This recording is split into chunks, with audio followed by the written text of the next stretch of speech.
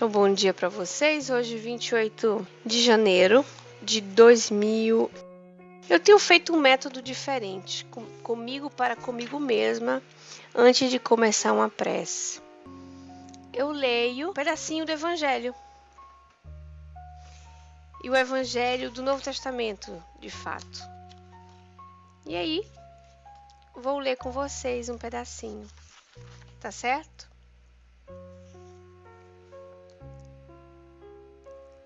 Do Evangelho de João. Eu gosto muito do Evangelho de João. Jesus e João Batista. Depois disso, Jesus veio para a terra da Judéia, e seus discípulos também ali permaneciam com eles e batizava. João também estava batizando em Enom, perto de Salém, porque havia muita água lá. Eles vinham e eram batizados, pois João ainda não havia sido lançado na prisão. Então houve um debate entre os discípulos de João e um judeu a respeito da purificação. Eles vieram até João e lhe disseram: Rabi, aquele que estava contigo, do outro lado do Jordão, de quem tu testemunhaste, eis que ele batiza e todos vêm até ele. Em resposta, disse João: Não pode um homem receber nenhuma só coisa se não lhe for dada do céu. Vós mesmos me testemunhais que eu disse: Eu não sou o Cristo, mas que sou aquele que foi enviado adiante dele. O que tem a noiva é o noivo. O amigo do noivo que está presente e ouve, se alegra profundamente por causa da voz do noivo. Portanto, esta alegria se completou em mim. É necessário ele crescer e eu diminuir. Mestre Jesus, que nós possamos abrir espaços em nós, no nosso coração, na nossa vida, fazendo que o Senhor cresça no nosso viver, no nosso cotidiano, diminuindo em nós o nosso egoísmo, a nossa presença prepotente. Que nós possamos entender, Senhor, que bem-aventurados os pobres de espíritos, porque deles serão o reino dos céus. Que o nosso trabalho possa representar o Teu nome, como gotas de orvalho, pequenas, mas que possamos ser sinceros e transparentes nessa representação. Muito obrigada aos amigos espirituais que nos assistem da Casa de Maria de Nazaré, evocando a presença de cada um e a memória da Mãe das Mães. Que assim seja, graças a Deus. Que assim seja. Então, gente, graças a Deus, bom dia. Continuando, então, o nosso livro Devassando o Invisível, do capítulo Como se Trajam os Espíritos. Então, nós estamos aqui, como sempre, eu vou fazer a leitura e depois desenvolvemos o assunto, tá certo? Como ela está tratando das vestimentas dos espíritos, como confeccionam essas roupas e tudo, nós vamos entrar no pensamento dela aqui. Comumente, os espíritos se nos apresentam trajados conforme o fizeram durante a existência carnal. Os homens com o terno que habitualmente usavam, acentuando este ou aquele detalhe que melhor os identifique. As mulheres com os vestidos que igualmente de preferência usavam. Mas raramente alguns se deixam ver com a indumentária que foram sepultados. E ainda outros com os trajes que desejariam possuir, mas que não chegaram a usar. 2 meses após o falecimento de nossa mãe, nós e mais 3 pessoas da família vimos-la assistindo uma reunião de preces em sua intenção, trajando um costume de gabardine azul marinho, com um cachecol de seda quadriculado, branca e preta. Vestes por ela preferidas para uma viagem que fazia em visita aos filhos nos últimos meses que viveu. Antigamente, as pessoas assim, de condição mais simples, elas tinham uma roupa para passear. Então, não que usava por a vida toda aquela roupa, mas eles tinham aquela roupa por um período para passear. Então, era a roupa de fazer a viagem, tinha aquela roupa ali da missa, né? Tanto que aquele período era um período que você ficava bonito, né? O dia de domingo, dia de ir na missa, que era a roupa da missa. Minha avó até conta que a dela ficava embaixo do colchão para ficar esticadinha, né? Para ficar passada. Eles usavam no domingo. E tinha as roupas de passeio pela falta de condição de usar essa ou aquela roupa o tempo todo, né? Diferente. Então ela tinha esse traje dela de gabardine azul marinho, que é um tecido, que ela usava para fazer visitas às pessoas. Bom dia, dona Edna, que bom. Então, nós estamos falando das roupas dos espíritos, né? E de uma colocação aqui da dona Ivone, dizendo que a mãe dela foi vista em uma reunião de prece dedicada para a própria mãe, vestida com uma roupa de gabardine azul marinho e um cachecol.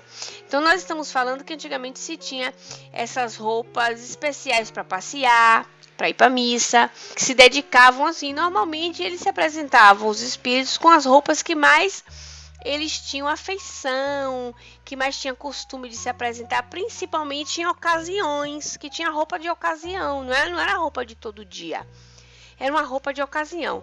Como eles estavam ali, por exemplo, numa reunião de prece, para ela era uma ocasião importante, era uma ocasião solene.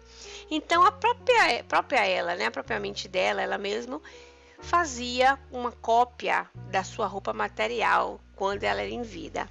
Isso aqui é a mãe da dona Ivone.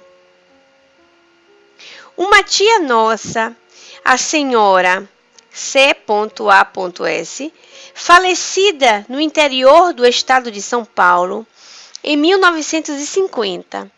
Cerca de 20 dias após o trespasse, apresenta-se a nossa visão no Rio de Janeiro. 20 dias depois da morte dessa tia, né? Dizendo ter vindo visitar-nos, pois se sentia saudosa. Vestia um costume preto e um véu de rendas negras cobria-lhe inteiramente o corpo, partindo da cabeça e atingindo os pés. Assustador, né?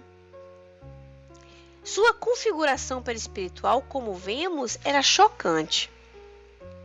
O véu incomodava horrivelmente e ela se debatia aflita e irritada, tentando em vão retirá-lo de si. Então, 20 dias depois da desencarnação, a pessoa ainda está meio assim conturbada, até por causa da circunstância dela, ela não estava se encontrando, não estava bem ainda. Foi visitar a dona Ivone porque estava com saudades, né? E dona Ivone descreve assim, com essa roupa preta e com esse véu rendado que saía da cabeça, né, até os pés. Agradecemos-lhes a visita e o interesse pela solidão em que vivíamos, pois, na ocasião, asseverou nos encontrar penalizada ante as provações com que nos debatíamos.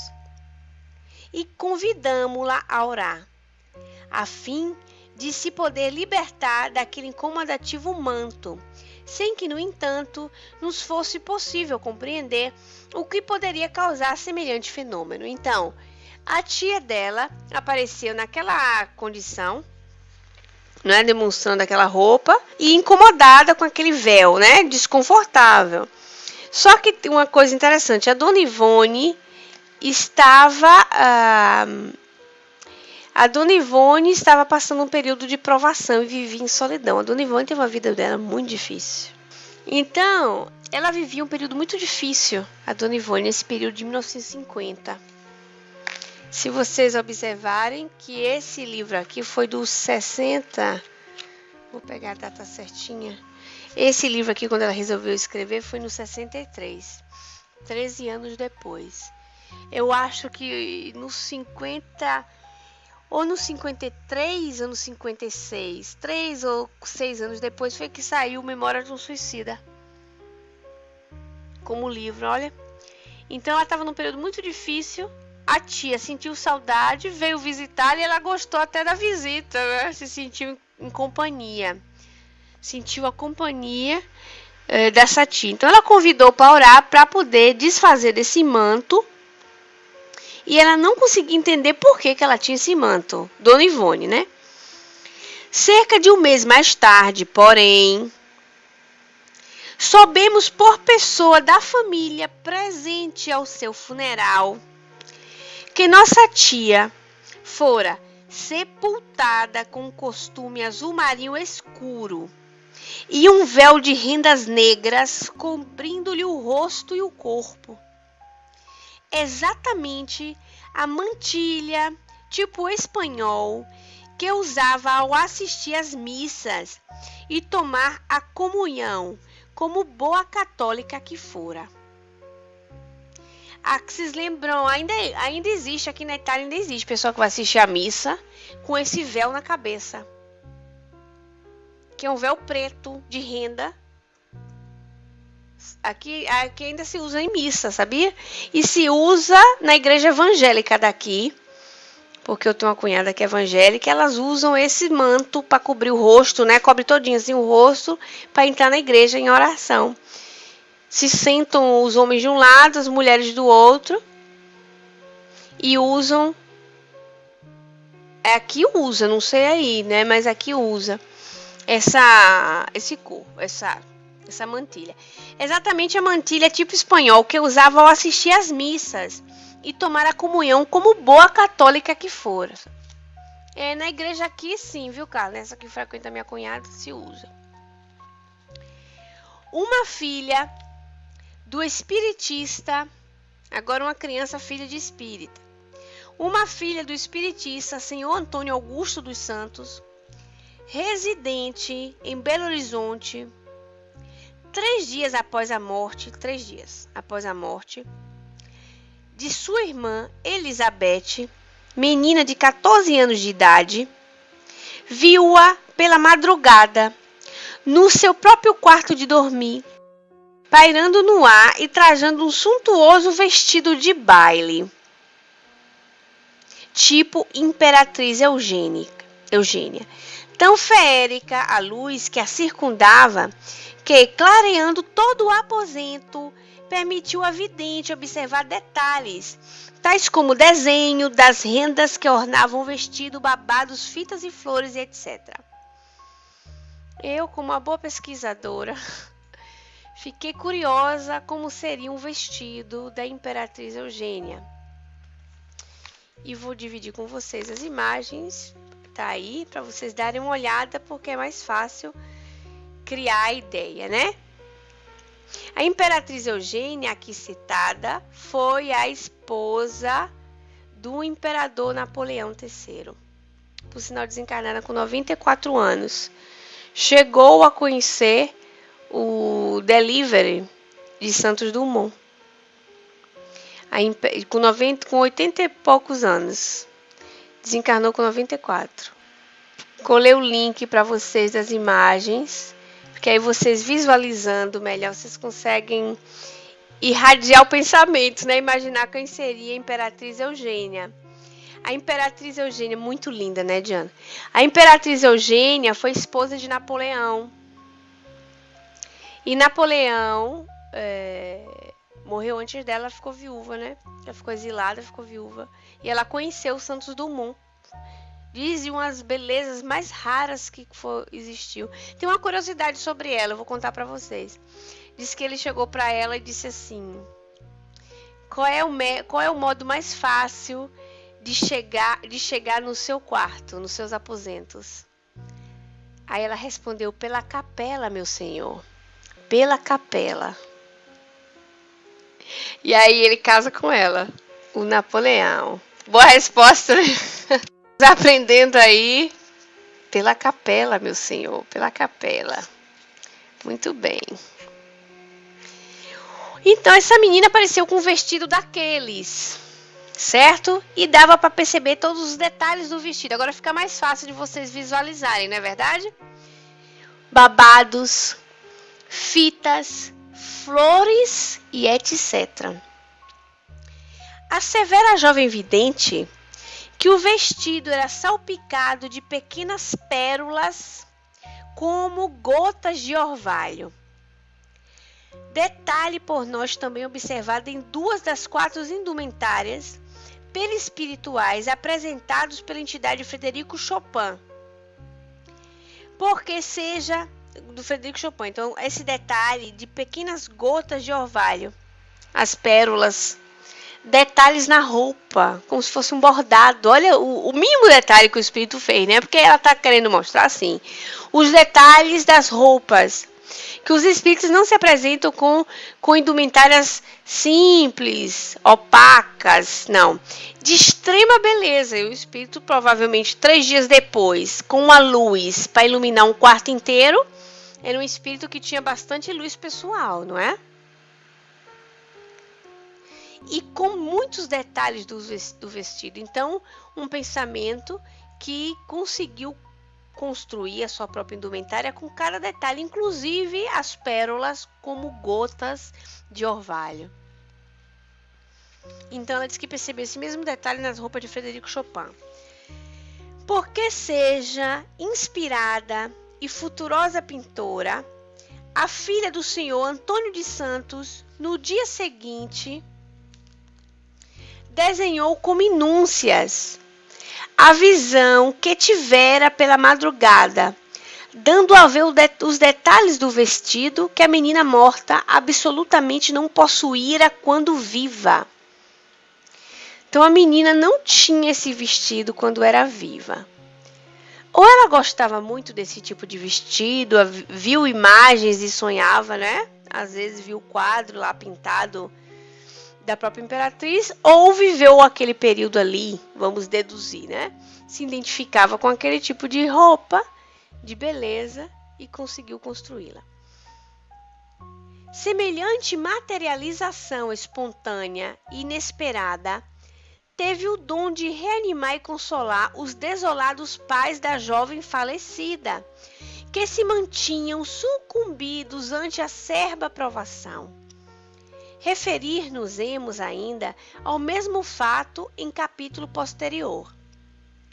De outro modo, espíritos plenamente espiritualizados como Adolfo Bezerra de Menezes e Bittencourt Sampaio foram por nós distinguidos envergando longa túnica vaporosa, nívea, cintilante, levemente esbatida de azul.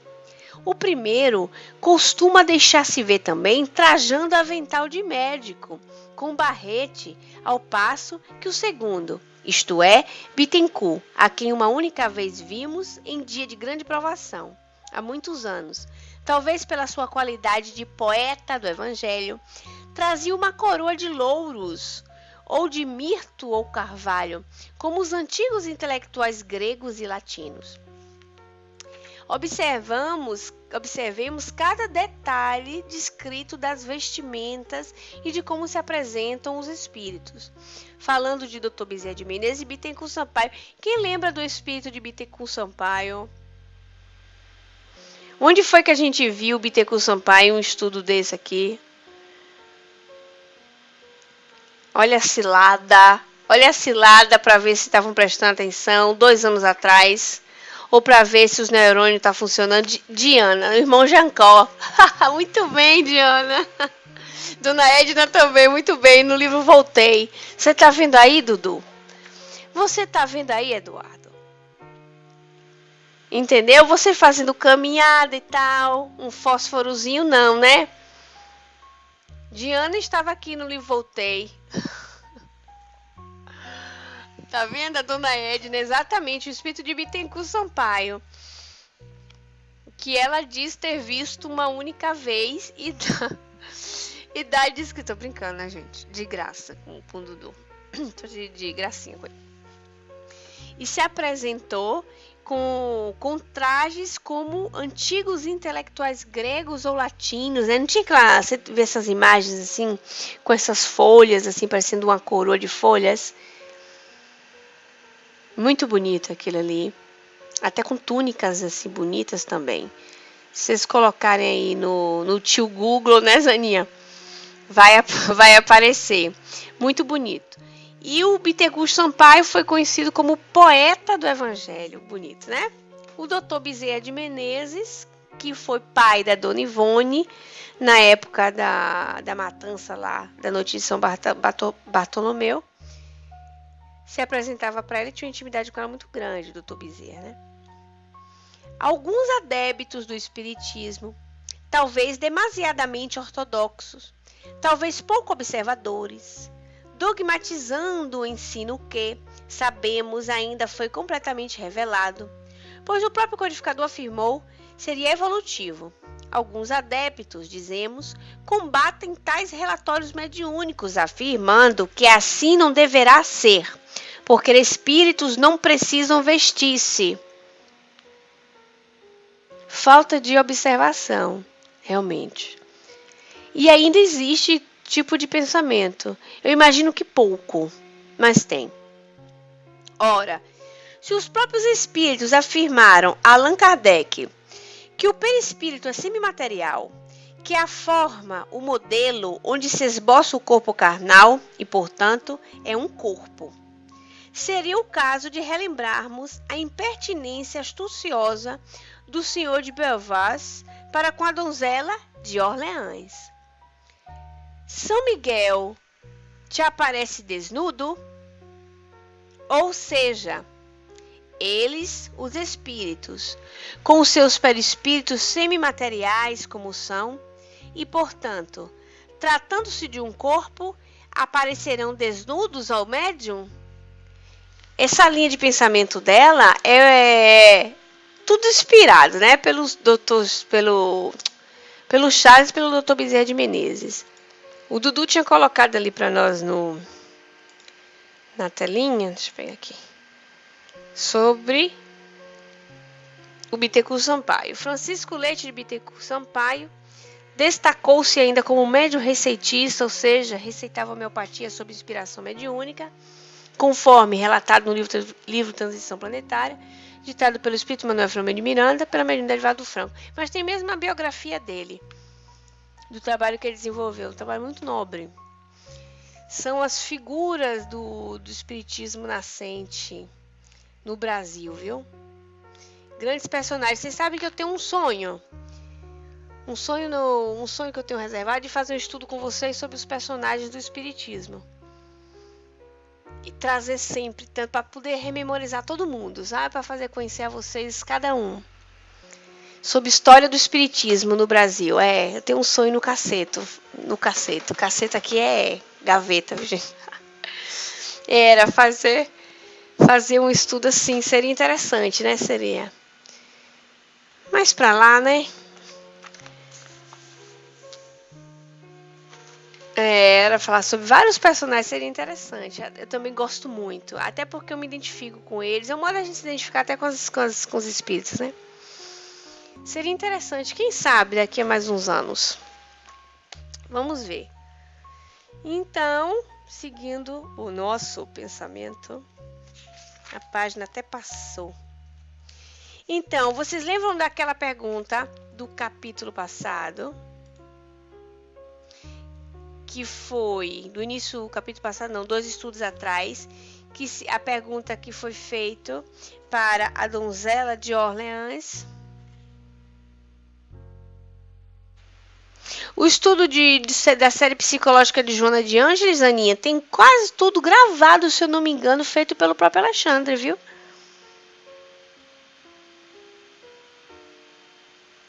Tem muito material do Alexandre sobre a série psicológica dele. Ele deve ter feito uns 2 ou 3 livros dela. Tem estudo dele feito, né? E ninguém melhor do que o próprio Alexandre para fazer, né? Ele fazia nas sextas-feiras de noite. Então vamos voltar para aqui. A donzela de Orleans foi perguntada assim, quem lembra dessa frase? São Miguel te aparece desnudo? Ou seja, eles, os espíritos, com os seus perispíritos semimateriais como são, e portanto, tratando-se de um corpo, aparecerão desnudos aos médiuns? É possível que o espírito, tendo um corpo, vai aparecer desnudo? Seria uma coisa incomum, esquisita, né? Vai aparecer desnudo, não precisa se vestir? Ou então, o que é que a gente imagina? Só a cabeça e o resto fumacinha, talvez, né? Só a cabeça, assim, do espírito e o resto fumaça. Também pode acontecer, dependendo da materialização e da quantidade de ectoplasma. Mas, em várias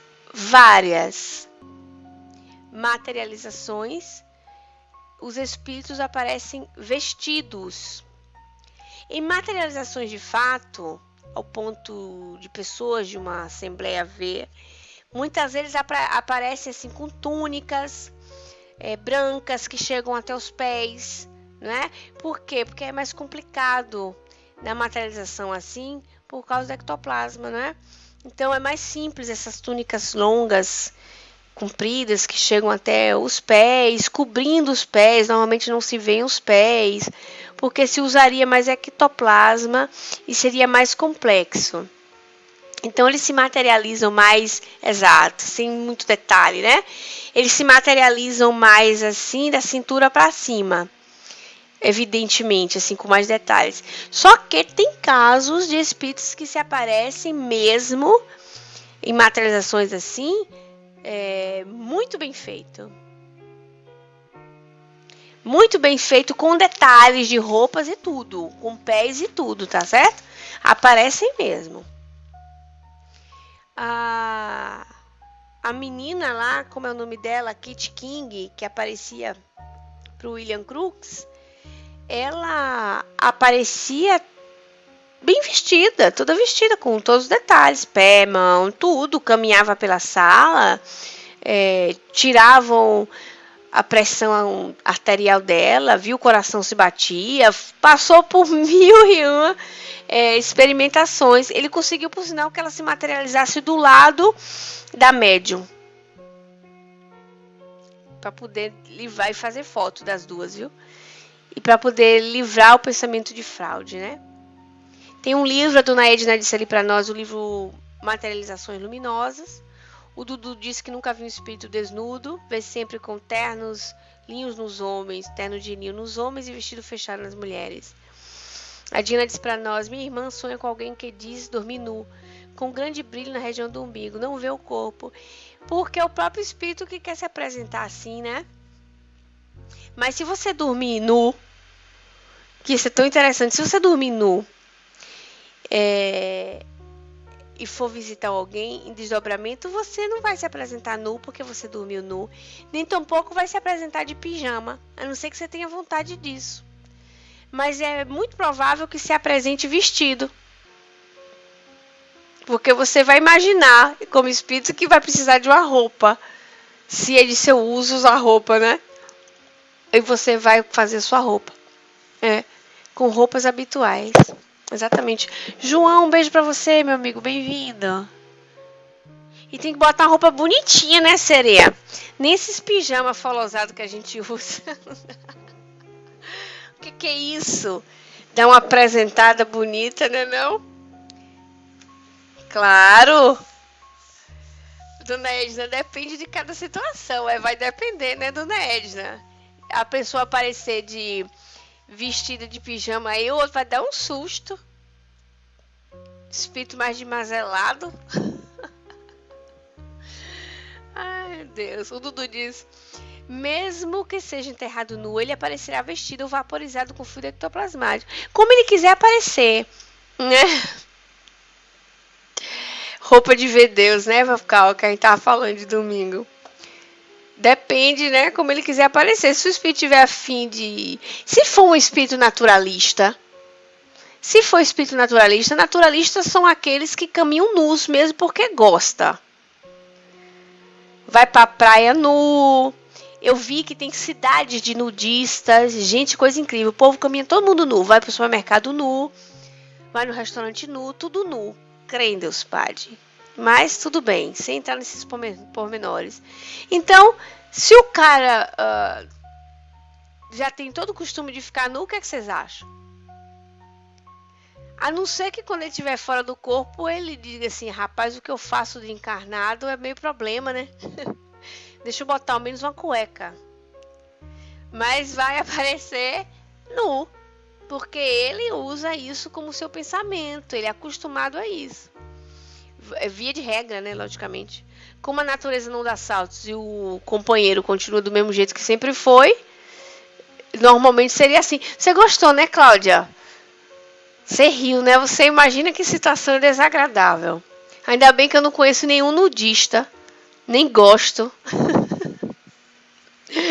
Eu sou neurótica por roupa. Se eu não dormir com meu pijamão ali, confortável, folosadinho, não tem nenhum sentido o sono. Isso aí eu vou cortar, viu, na gravação. Vocês podem ter certeza.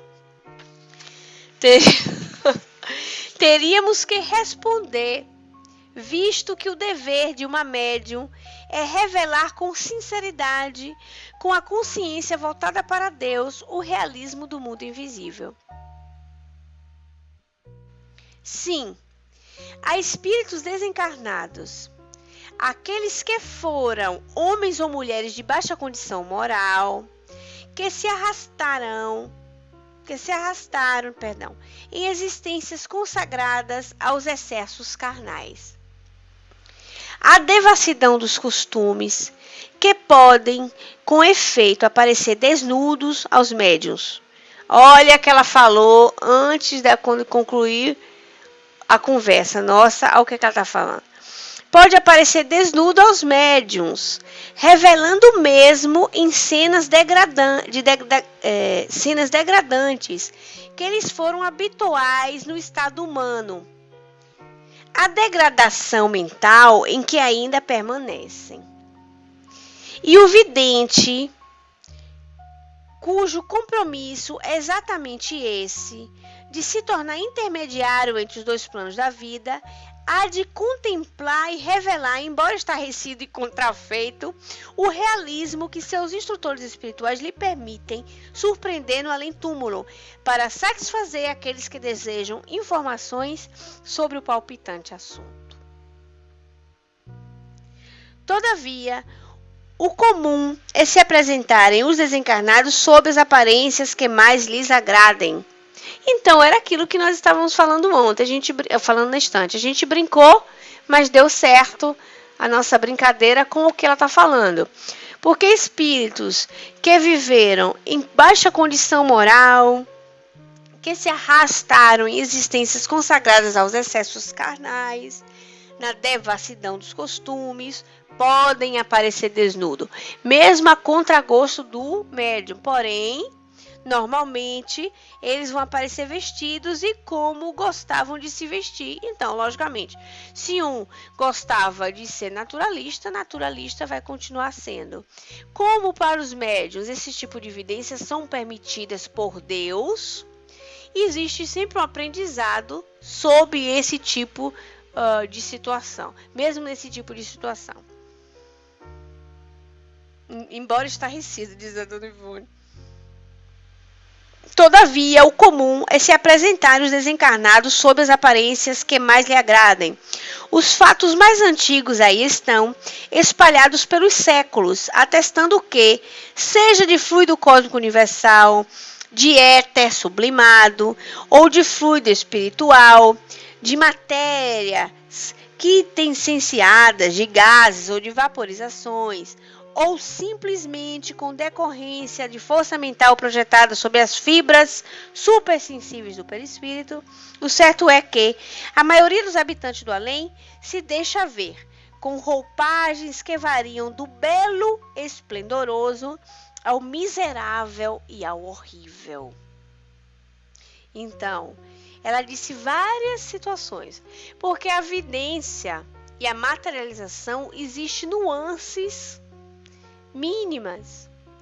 Você pode ver por dentro, Você pode ver pensando que está vendo com os olhos, né?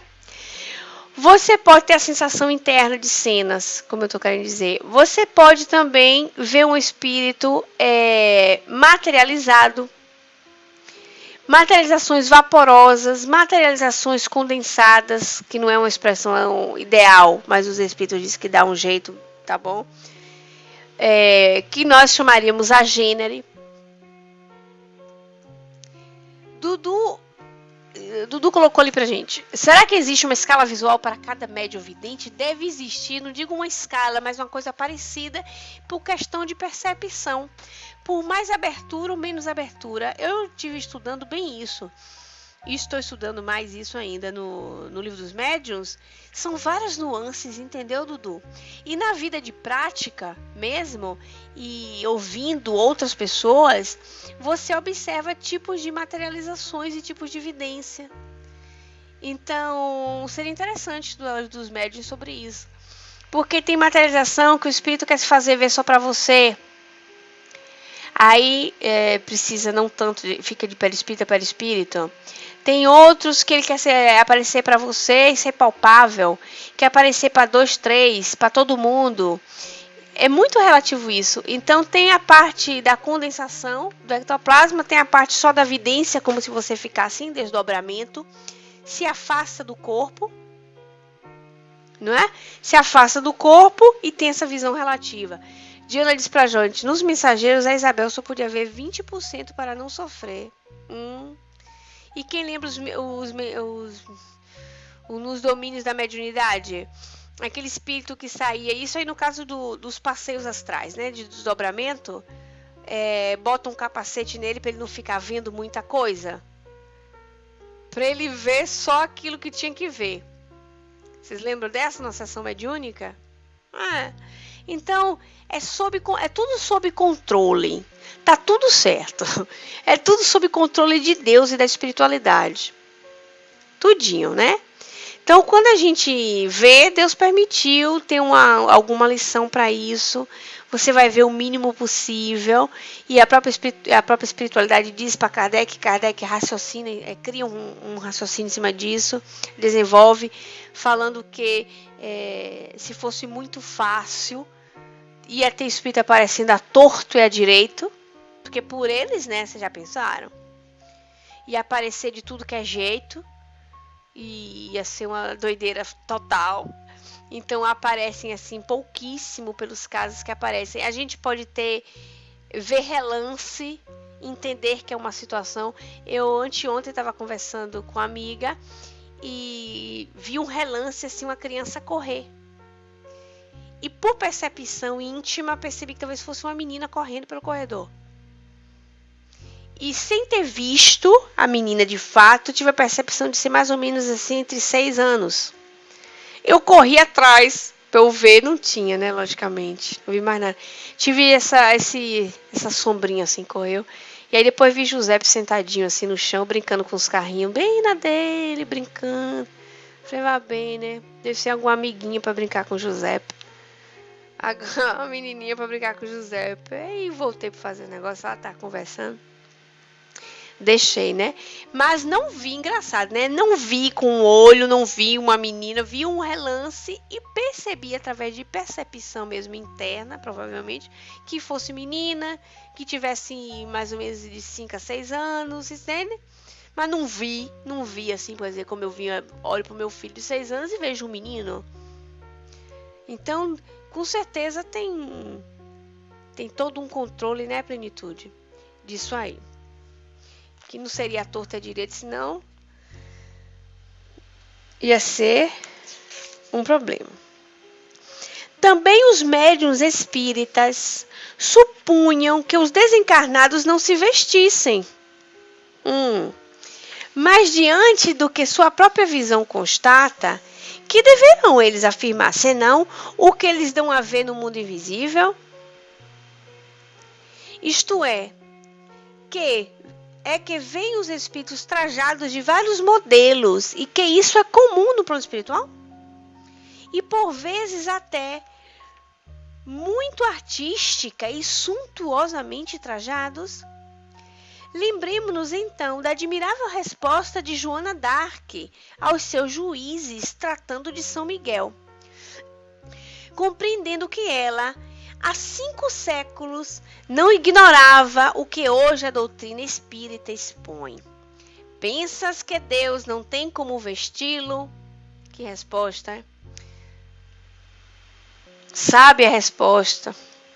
Ou seja, sim, os espíritos podem vestir-se, servindo-se dos seus ricos elementos esparsos pelo universo, aos quais acionam voluntária ou insensivelmente, valendo-se das forças do pensamento e da própria vontade, ou voluntário ou sem querer, porque eles não conseguem entender por quê. Né? Inconsciente, vamos dizer assim.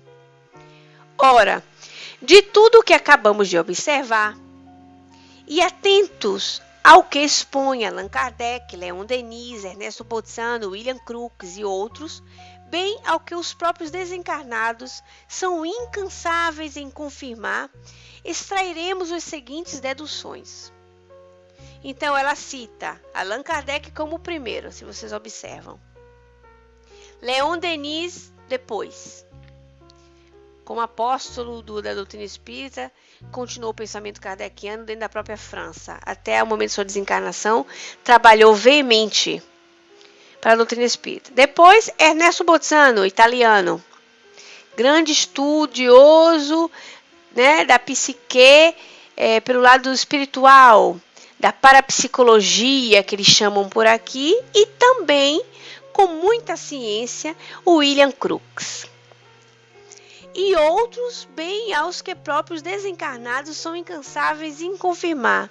Extrairemos as seguintes deduções. Vamos lá. Primeiro, que a mente do espírito desencarnado cria para sua configuração individual a indumentária que deseja, valendo-se da própria vontade.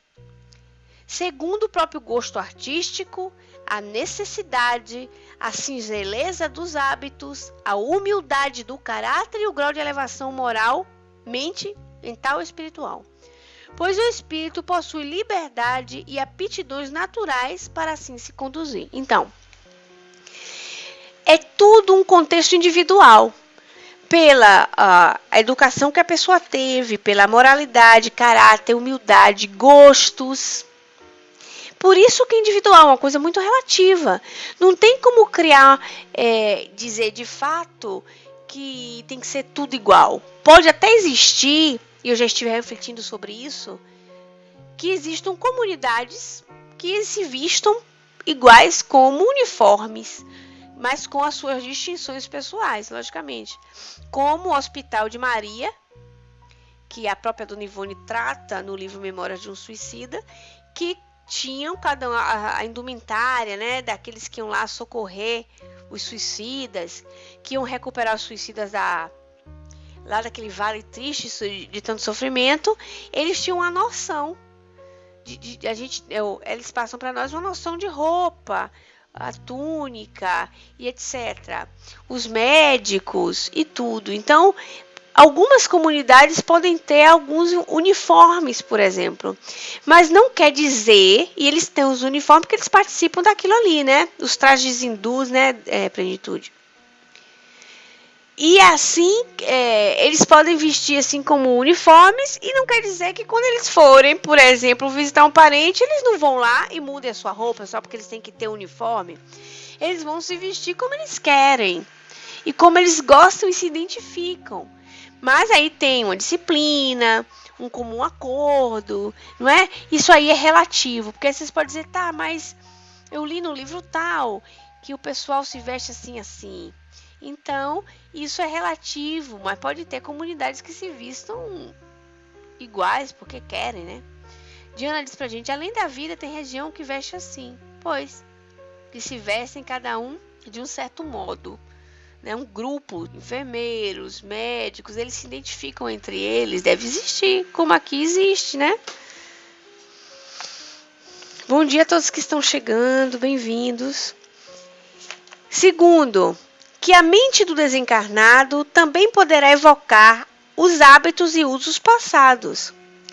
conservar as imagens dos trajes que preferiu, mesmo a existência remota, imprimi-las na sensibilidade plástica do perispírito e assim se apresentar aos seus iguais do além-túmulo, como aos médiuns em materializações espontâneas individuais ou provocadas para a visão coletiva. Sobre essas materializações provocadas para a visão coletiva e espontânea individual foi o que eu tinha acabado de falar para vocês, né? Então fala sobre a questão dos seus hábitos. Então não falou que a tia dela usava a roupa que se identificou no momento da desencarnação? A mãe, tchau, bem-vindo. A roupa que a mãe dela ia visitar as pessoas.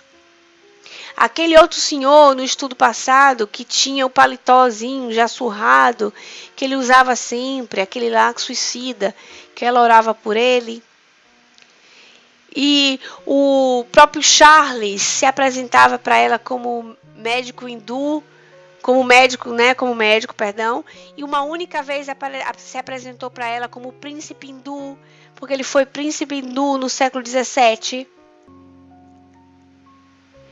E ele se apresentou, então pode se apresentar com uma roupa que se identifica de uma encarnação passada. Eu ia adorar usar uma roupa da Imperatriz Eugênia, daqueles tipo ali daquela época, né? Que eu acho lindo, eu sempre fui apaixonada por esse tipo de roupa, sempre. As novelas, então, Viajar na Maionese, gostava muito. Maior gracinha, né? Da Princesa Cici, que belezinha. Muito bonito. Então, através de outras encarnações, você pode se identificar e usar as roupas, não é? Que você gostava. Você pode se apresentar como índio? Pode. Foi índio lá do Amazonas, né, Cláudia? Mas com roupa de índio, né, Cláudia? Você pode se apresentar como cigano. Eu gosto de cigano, hein? Terceiro, vamos lá. Que o espírito do recém-desencarnado poderá padecer o fenômeno da repercussão vibratória nos acontecimentos verificados no corpo carnal durante a crise do lento desligamento das energias fluídicas que o prendiam àquele, por ocasião do desenlace, sobressaindo no dito fenômeno o detalhe assaz impressionante da natureza da indumentária com o qual o sepultaram. Fenômeno este, no entanto, geralmente ocorrido com entidades muito arraigadas à matéria, de sentir a repercussão. Beijo, Flor. A repercussão no corpo semifluídico com as roupas com que foi enterrado na desencarnação. Sentir a sintomatologia do desligamento, da decomposição do corpo. Isso pode acontecer, mesmo que a pessoa não fique com sofrimento atroz, mas ela pode ter momentaneamente aquelas características de abatimento, uma repercussão vibratória, como assim chama a própria Dona Ivone. Quarto. Que o espírito cujas essências e propriedades são impressionáveis, que o perispírito, e portanto amoldáveis à ação plástica do pensamento, com a sutileza indescritível, sendo expansivo e contrátil, e exercendo energia mental sobre as mesmas propriedades, uma ascendência irresistível, dá-lhe aquela forma que deseja, ou que puder mesmo inconscientemente mesmo a sua revelia, pois que esse poder mental é natural no seu psíquico, um atributo do espírito, ainda que este o ignore, tal como inspiração e a expiração são atributos irresistíveis e quase imperceptíveis na organização físico-material. Então, sempre lá, pode aparecer moldável pela sua própria consciência ou inconsciente. Ele vai se apresentar mesmo ele sem querer, sem saber, de tal modo ou de tal modo, por causa das suas próprias tendências. A gente está sempre lá, né? Por causa das suas tendências, dos seus gostos. Então ele tem essa modelagem sobre a matéria na qual ele está envolvido, porque é altamente plástica. O nosso pensamento nos molda. Então, se eu tiver um determinado tipo de sentimento arraigado em mim, talvez meu corpo material, meu corpo material ele não vai transpor totalmente. Agora, em alguns casos, sim. Por exemplo, você está chateado, normalmente seu viso, seu rosto denuncia, né? Entrega uma expressão do olhar, por mais que você queira disfarçar. Se você quiser disfarçar, até que talvez você consiga passar por cima e enganar. Mas o corpo perispiritual, não. O corpo perispiritual, o que você é, você vai aparecer. Isso na questão da vestimenta também, mas na questão vibratória mesmo, do seu caráter, demonstra-se quem você é, então não tem como se esconder. O corpo físico pode até coibir isso e limitar-nos, né? Vamos dizer assim, dá para dar uma disfarçada, mas o corpo perispiritual não tem como fingir. Por isso os espíritos conhecem uns aos outros. Eles sabem a nível de hierarquia espiritual quem são, com quem estão lidando, porque é um livro aberto, literalmente. A Zaninha diz ali para nós, os espíritos nos veem como realmente somos. Como realmente somos, exatamente. Dudu diz para nós, o perispírito sente qualquer sensação de emoção. Ele se modela rapidamente. Plenitude diz para nós, assim eles se apresentam no trabalho mediúnico tal como eram. Com certeza, e não tem como se esconder. Aí o médium consegue perceber. Quinto, que possuindo propriedades plásticas tão sutis e melindrosas, e sendo o espírito arraigado à matéria, não obstante já desencarnado, olha lá o que a gente está falando, repercutirão por isso mesmo em sua mente ou no seu perispírito as impressões mais fortes ou acontecimentos que afetem o próprio cadáver, dado que poderosas transcendentes atrações magnéticas ligam o corpo carnal ao ser espiritual para a boa marcha da encarnação terrestre. E que em muitos casos tais afinidades se prolongam por algum tempo ainda após a morte do eventuário carnal e até mesmo após a sua total decomposição. Olha, isso é tão real, esse fato, porque pode ter uma repercussão no corpo espiritual da decomposição do corpo. E eu tive uma experiência dessa com um parente, de visitá-lo em desdobramento com 10 dias de desencarnação. E por mais que a pessoa estava assim, alegrezinha, num pronto-socorro espiritual, né? Achando que estava sendo visitado no hospital comum, porque ainda não tinha caído a ficha que estava desencarnado, eu vi claramente um abatimento na pessoa fisicamente falando. A pessoa estava alegrinha, conversou, ficou feliz de ter me visto e tudo, mas eu percebia claramente um abatimento no corpo perispiritual, ou seja, os olhos assim muito cavados de olheira, um abatimento assim muito grande que foi instruída a ser a repercussão do cadáver. Então ainda senti uma determinada repercussão, um mal-estarzinho ainda. Mas a pessoa estava predisposta à cura. Como ela se achava que estava doente, estava no hospital, né? Então para ela foi nesse sentido aí. Então a dona Ivone, dizendo isso aqui, só confirma pela experiência mesmo em desdobramento que tive. Então pode ser que vocês encontrem pessoas desencarnadas que ainda sentem a repercussão e elas demonstram isso no corpo espiritual. Os suicidas, muito mais, logicamente, né? Por causa da questão do fluido vital, muito forte ainda. Então, eles vão demonstrar muito mais evidente com sofrimento. Nesse caso, dessa pessoa que eu fui visitar, como eu falar com vocês, a pessoa estava bem, estava alegrinha e tudo, mas estava com aquela carinha assim de quem estava se recuperando de uma doença. Vamos dizer assim. 6. Para concluir, finalmente, que a par de tal fenomenologia da mente, da vontade, existem no mundo espiritual elementos fluidos, essências, gases, energias, matérias muito transcendentais, desconhecidas do homem e das entidades inferiores e medíocres, as quais, acionadas pela vontade do desencarnado de elevada categoria moral e intelectual, se poderão transfundir em formosas aparências de indumentárias variadas, que ao vidente pareceriam muito concretas, como realmente o são para o mundo espiritual, estruturadas em raios luminosos ou em vaporizações cintilantes. Então, sabendo de tudo isso que nós sabemos, e ela diz finalmente, sabendo de toda a possibilidade de lidar com matéria no mundo invisível, gases, energias, coisas que muitas vezes fogem da nossa percepção, eles podem criar formosas aparências de indumentárias variadas que vão impressionar o vidente, o médium, e ele vai achar aquilo ali real. É real. Né? Para ele, ao ponto assim, de dizer, não, mas parecia que era uma coisa material, encarnado mesmo, né? De tão impressionante que fica na pessoa.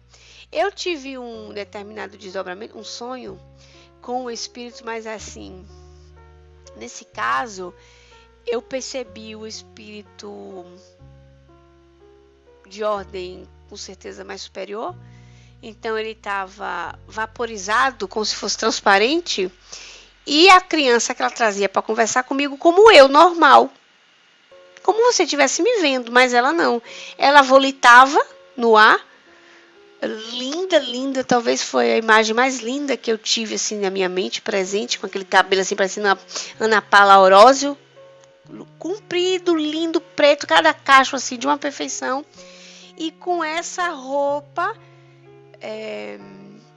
como se fosse um vestido branco, aparecia aquelas mãos assim brancas de uma beleza delicadíssima, e aquele vestido assim, eu já não via do joelho para baixo, eu já não via mais. Não aparecia mais, né? E assim, de uma beleza muito grande, e para mim era real.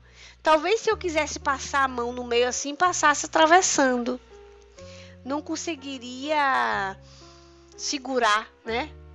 Segurar comigo, como eu peguei na criança, por exemplo. Peguei na criança, e eu peguei na criança que era um espírito. Eu também era, não é? Porque estava em desdobramento. E segurei, normal, botei no colo. Se eu tentasse pegar esse espírito, talvez fosse para minha mão passasse pelo meio, né? Não seria palpável, né, sereia?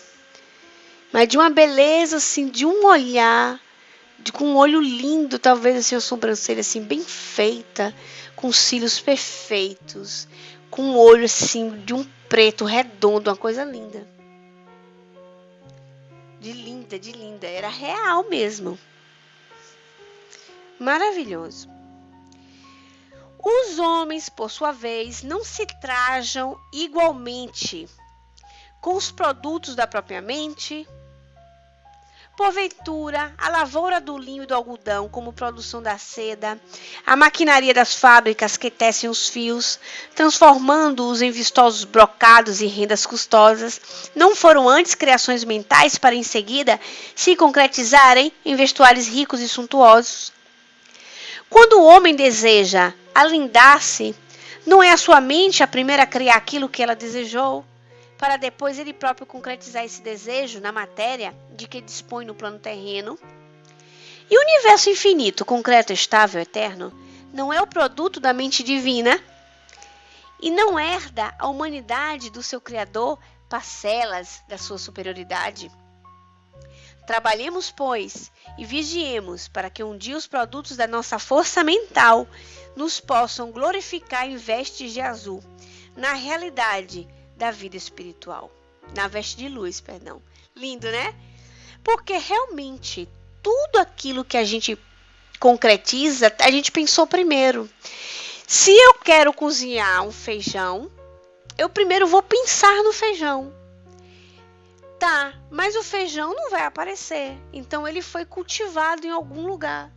E ele foi lavorado, ele foi colhido e foi encaixadinho. E eu fui no supermercado, teve todo um perfeito raciocínio de ambas pessoas, ou seja, de um coletivo imenso que trabalha em torno de um pensamento, para que eu cozinhasse um feijão.